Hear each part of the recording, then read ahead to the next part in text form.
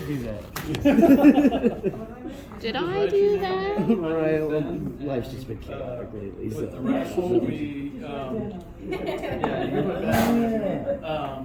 With the raffle, you get 3 tickets for $1, and whenever we draw names, if your name's drawn, come up, and then you get to pick whatever is in there. Okay. Whatever you see here. Not the books. Oh, man, that's what I was going for. Well, we do have books Just in kidding. shop. This is the classroom. Yeah, that's we part of it. That was on the table when we got there. Sometimes Some of the stuff up there is related to us. working out great. Taylor! Hey. Dun, dun, dun, dun, dun, dun, dun, dun. I kind of been Take a yuck, take a yuck.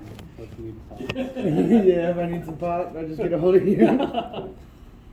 This is mine, I'm not throwing that back in there. Don't throw it in there. Well, he might, If you don't want to take he it. just doesn't want it next, okay? Yeah, I don't wanna be that. No, That next. guy. Okay.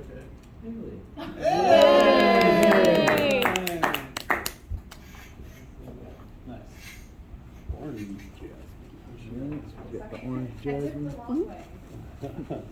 So what do we have up there for her? Something Yeah, for what's the something easy easiest for her. We got thing? yuccas and stuff. We've got some ficuses.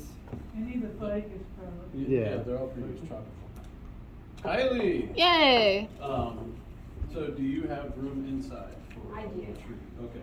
So, all of these can be inside. Okay. So choose whichever one you like. You have a rare ficus, tiger bark ficus, a lemon, Orange jasmine. orange jasmine, Pepper. the big ginger ficus, and then these yuccas, which, Ginseng. like I said, mine grew to 7 feet tall. Oh, Lord. But that was over 10 years. What's this one again? This one right here. Orange jasmine. It's yours. That's what it Okay, is. thank you. I can't read this scribble. That's G. Ah! That's you. You What do you, win. what do you want? That one, no, that, no, the little tiny one, that one. Yeah, which That one? one, This that one? one, yes. Okay. Okay. All right, well. Going up to the big end. Ah, she's taking it, all right. Scott was like, oh. Oh, nuts. Ben, That's all right, that's all right. There's plenty of other All right. ficuses in the sea. Cool. Some of mine might be that big pretty soon. Scott! Okay. But yeah, you can make a lot of cuttings off of that. Cool. Yep, And it will do. and they do, Good to the go, I leaves think. do reduce. Awesome. It just, I haven't been trying to get it to grow. and I gotta pick, yeah. Remember. this is what we do. Air roots on there too. Kylie, you never did it. Is me? Yeah. Oh. Yuccas and a ficus.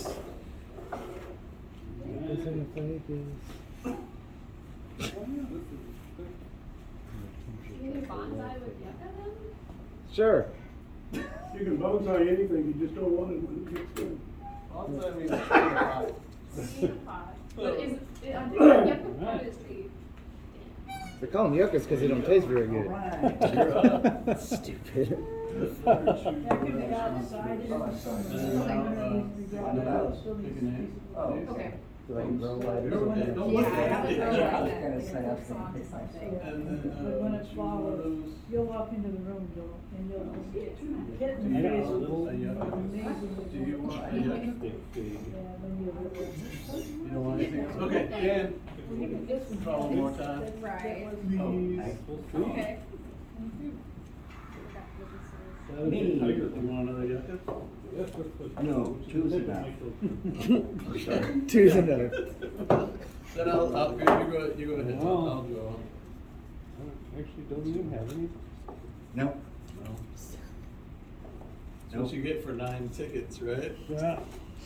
No, I passed. So who wants, Scott. Scott Are passed. you, who's making a record who wants a here? yucca? What? Yeah. I'll take a yucca. Okay, you want one? Okay, Ralph, $10. Anybody else want a Yes. yucca? Got it. Anybody? You got it? Yes? Give her a yucca. Okay. Yeah. She's just getting I new to the don't hobby. care. Give her plenty more to go. So learn.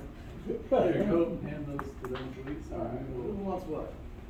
You pick. Continue on. Thank you very much, everyone. Great job, everybody. Let's get over something that's kind of established. We'll continue with the class. See, I told you we were gonna get stuff from here. Hooray. I guess last month, I guess everybody was walking out here, so I must have. I brought stuff last month. Can you Yeah. believe it? Right? I was trying to get rid of stuff, Right? and I still walked away with stuff. Yeah, it's like, here, Champaign IL. You take this. And I might be doing a plant sale soon. All right. Yeah. And you guys know I find some cool stuff.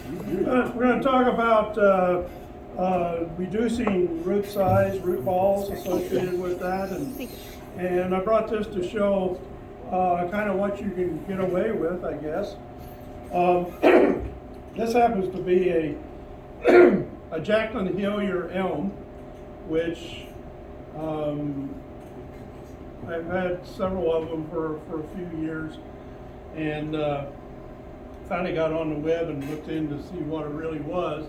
Turns out it's a cross between two species of European elms, and it's the leaves will sometimes get about twice the size of what you got, depending on which one you got. Apparently, what they call the Jacqueline Hillier here is what can vary between what species they put together to call it that. But there's apparently two of them that are most common. I always thought they had to be at least part Chinese elm or parvifolia, particularly because it's got the openings on the bark, the lace bark feature to it, that the parvifolia or Chinese elm is also called lace bark elm for, but it's not. It's a cross. In Europe, they call the tree the Dutch elm, and in this country they don't, because Dutch elm has a bad connotation. They think you're buying a tree that's going to die because Dutch elm disease. of the Dutch elm disease. Yeah. Which, of course, the Dutch elm disease is an Asian disease that was just first discovered in Holland. So it's called Dutch elm disease because of where it was discovered, not where it's from. It's actually Not named after a tree. and not named after a tree, or a tree is not named after it at all. But at any rate, this is one I bought this last spring up at a bonsai nursery up in Chicago. I can't remember the name of it, but it's a place that you guys have been to. Hidden Gardens. What good? Hidden Gardens. Hidden Gardens, that's it. That's right next to the interstate up there. And it was in a number 2 pot.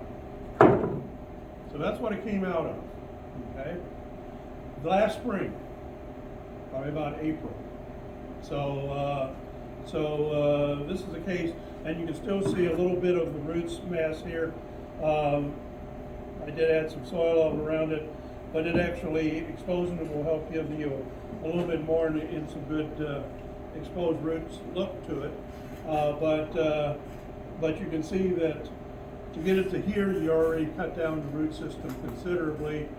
And as you can see, it's on its last legs. It's just about to die. There's no live leaves on it. So you can get away with a lot of it at the right time of year. This is in the spring, when you can actually, spring and fall are the 2 times when you can really cut down a root mass and not have the tree die as a result. So that's just kind of a show and tell, showing what you can do and how you can be successful at it. What I've got to show you today is this was actually, this is a hedge maple. I can't remember what the species name is. It's Acer something. Acer campestri. Campestri, okay, thank you. And we had these as a workshop tree a few years ago, prior to the pandemic. Okay, so it gives you an idea of how long it's been.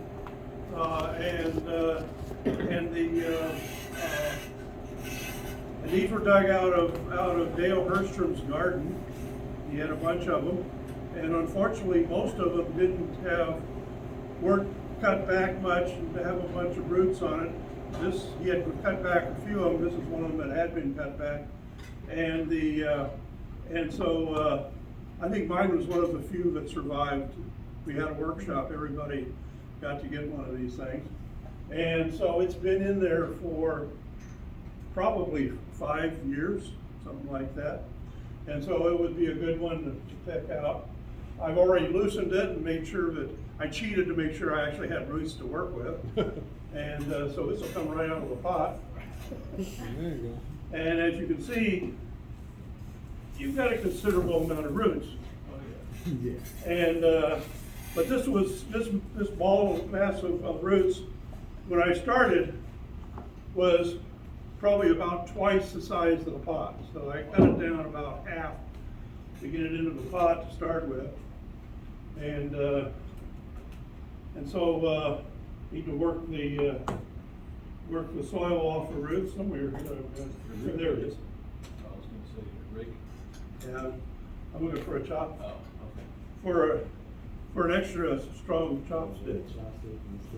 But essentially, you want to work the soil out and try to get down to a root system.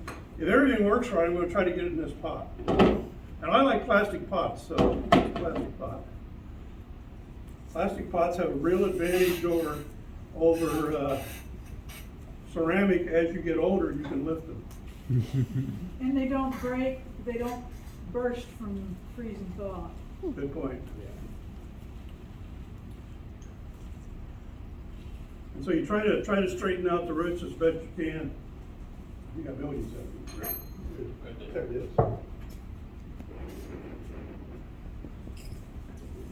This is something I haven't ever used much of.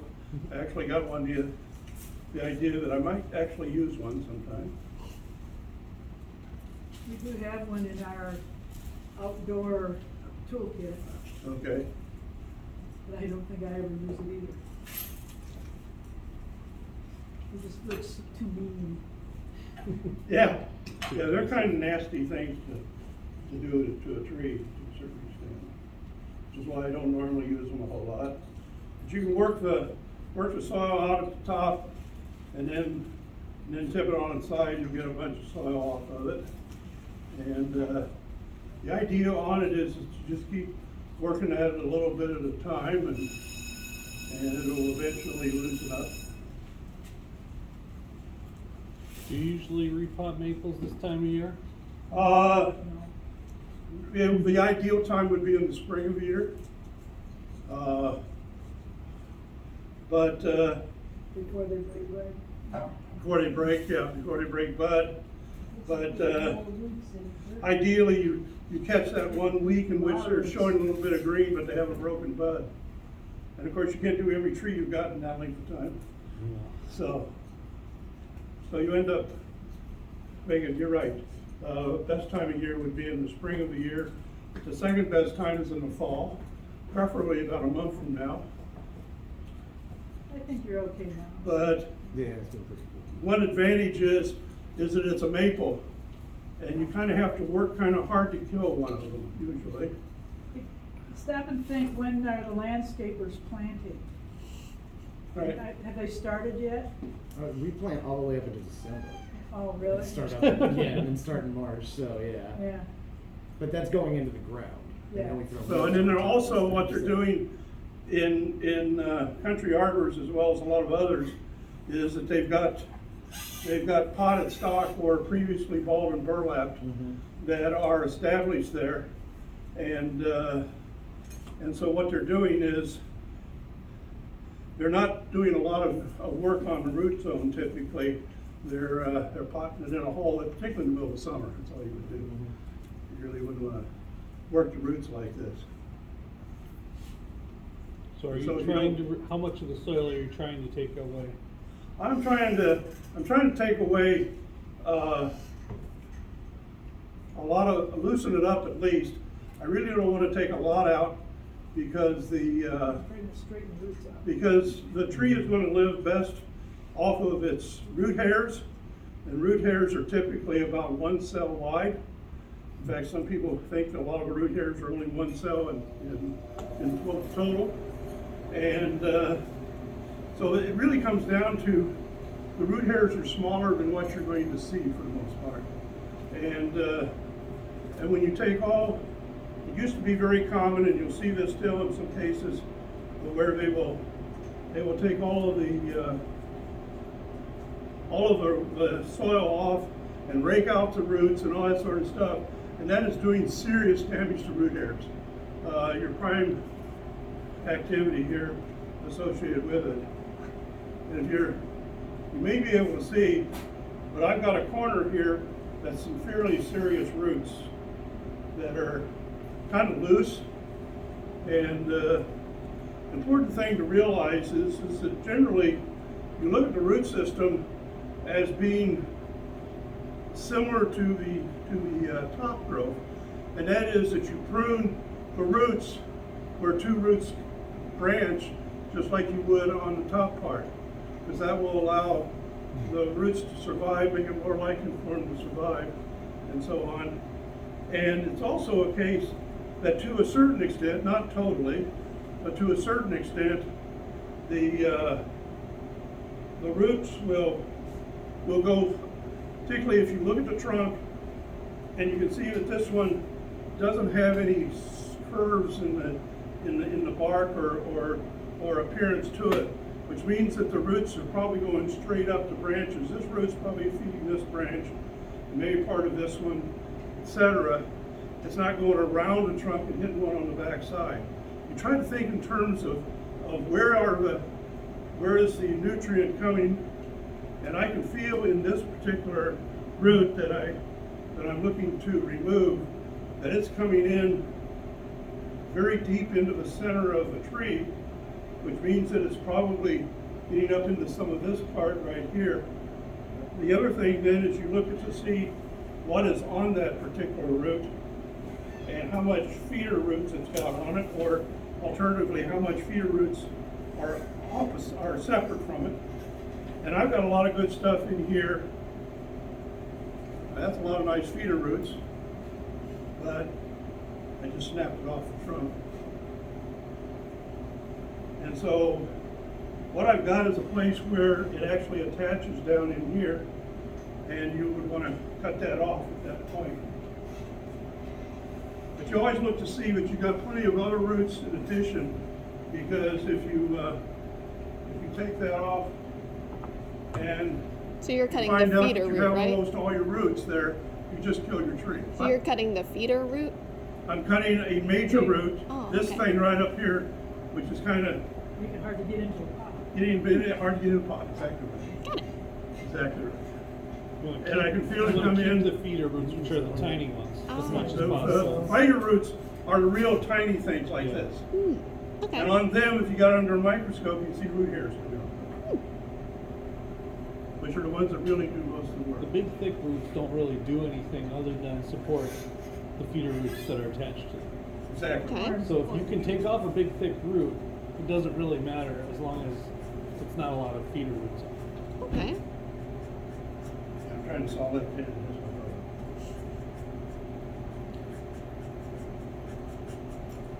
Good. Now you hope you don't find that you have 90% of your roots.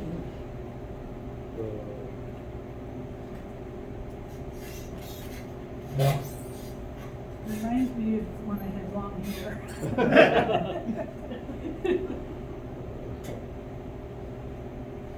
There you go. There you go. So really not a whole lot there.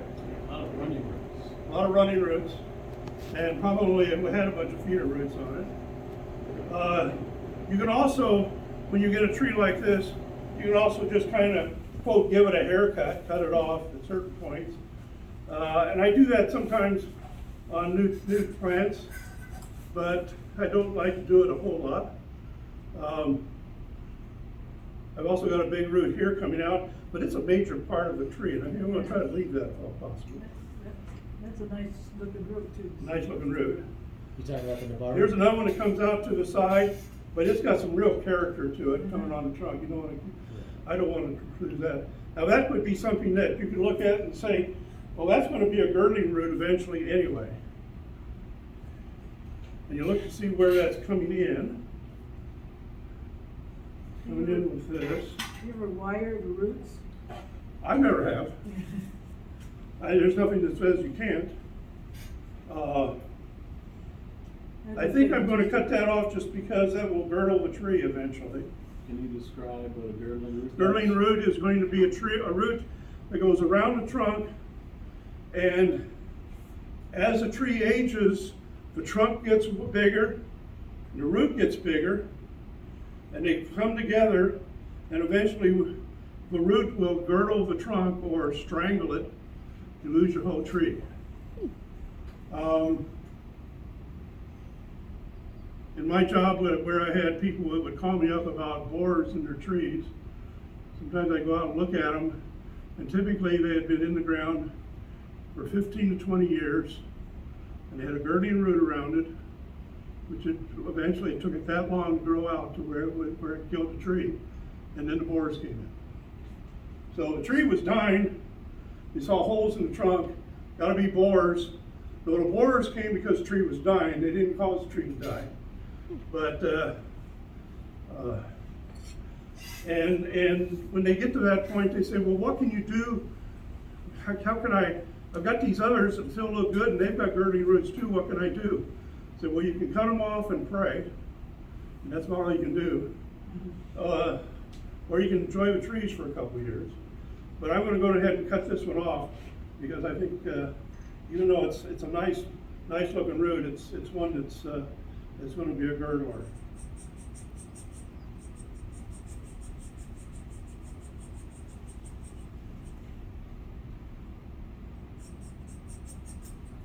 That one worked better when I got my right hand. It's in your right hand. Yeah. Have you ever grown those as cuttings, the pruned roots like that? I've tried before, never had much luck. I've tried. Some trees are susceptible never to been it, able some to. aren't. Yeah, I would think that if anything would do it well, a maple would. Yeah. Certainly anything which comes up from the roots a lot There's a good one to try. Running roots. is a good one to try, yeah. And it's split right here. There's another one coming out here. I bet it won't last. I'll try it. I'll try it. I bet it will.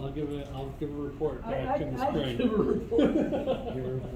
Yeah, just stick it in the ground like that. It's already got shape to it. Look at Oh, that. look at that. Yeah. Okay. You just gotta talk to it in the winter. Give us some Find company. something to put it I'll in get some water on it in a minute here. I had a plastic bag in my pocket earlier, but I took it out. No, I don't know what they do. What do you need? A little bag of some sort. Trash bag or Now, when you go to pruning roots, you have the things that you use on the upper part of the tree. Never, never, never, never use these on the root system. Because your soil has grit in them. And you'll knock the edge off of your nice pruners. Okay?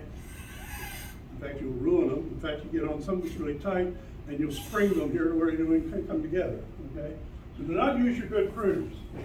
What I have used for probably 15, 20 years is about 20 years ago, I happened to go into Big Lots, and they were selling these for $3.95 a pair. And I bought 3 or 4 pairs of them. I give them away several, but they're cheap enough that I figure I can use them on roots, and I don't care what happens to them. They're not my $25 nice angle pruners, okay? And so I will use those. What they will commonly use is what they call root pruners, okay? And they will come together like this. If you have horses like my wife, you call them hoof pruners. Hoof nippers. Hoof nippers. But these are made to use on roots. And they tend to be, I think, a little harder steel. They're not quite as sharp as your others. And they're meant to go through some pretty good sized stuff. I don't know. Like I said, it's the first time I've ever used these, so I don't know if I work or not. Did a pretty good job. So, if nothing else, by them looking different and everything else, you don't accidentally grab the same ones. You know what you want to do. And then, of course, the other never with a pair of pruners is you never ever cut wire with them. Because that ruins them real fast too. When you cut wire with, you have a pair of wire nips. So I'm going to cut this off to a certain extent. Yeah, we never do that. I'm taking it personal over here. Now, and the reason I'm getting away with this is there are little root hairs coming off all along it. And so wherever I happen to snip is going to be a relatively good one to go with. Okay? You can also look and see some of these dark colored roots like this are typically dead or not very healthy. Their healthy ones are going to be the lighter colored ones. And so you kind of can prune off a lot of those. I see here I have a couple of healthy ones right up here, and I'm going to snip it just below that, just about past those. So they'll go ahead and grow.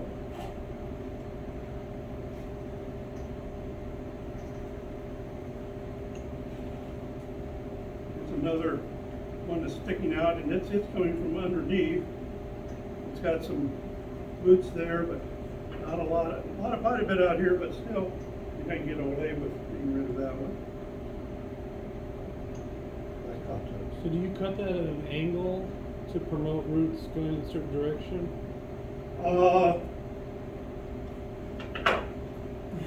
Not to my knowledge. Okay. I've seen some people try to Cut them flat. at the cut bottom. them so the cut is facing Cut ends on down. the bottom. Well, the way that you would do that, the reason you do that is on your stem. Of course, you have maples have opposite leaves, and so what they will do sometimes, they want the branch to go this way, is they'll come in and try to destroy the bud on the other side, and they're cut. Like that. And that will tend to, you've cut in and probably destroyed that bud, so you won't get two coming out. And then it will tend to, now you'll have the bud at this base will grow roughly in the same direction as the leaf is going. And so that's why they will do those types of angle cuts on the top growth. To me, on the root growth, you don't need to worry about those things. Okay? Those I changed snips when I went to this.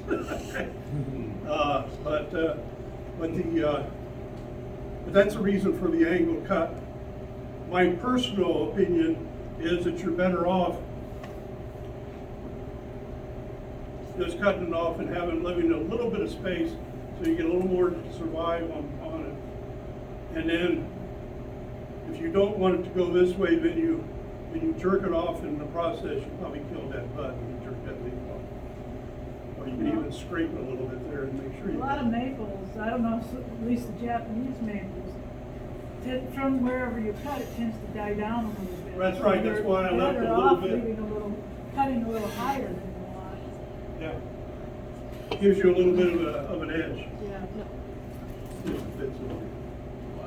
Yeah. Pretty Yeah, close. really, yeah. Not quite. I really, I think you got it upside down. doesn't work that way either. And I have to go back in the other pot for now. Yeah, and so that's exactly what I was about to say, was that when you have that situation, then you normally had to put it back in the same pot, but it'd be small down in the pot, you've got a little bit more, or if you've got a little bigger pot, you put it in. I did have a square one I almost brought, it would have worked, and it was this height, but it was ceramic, I didn't want to have to carry it. Did it.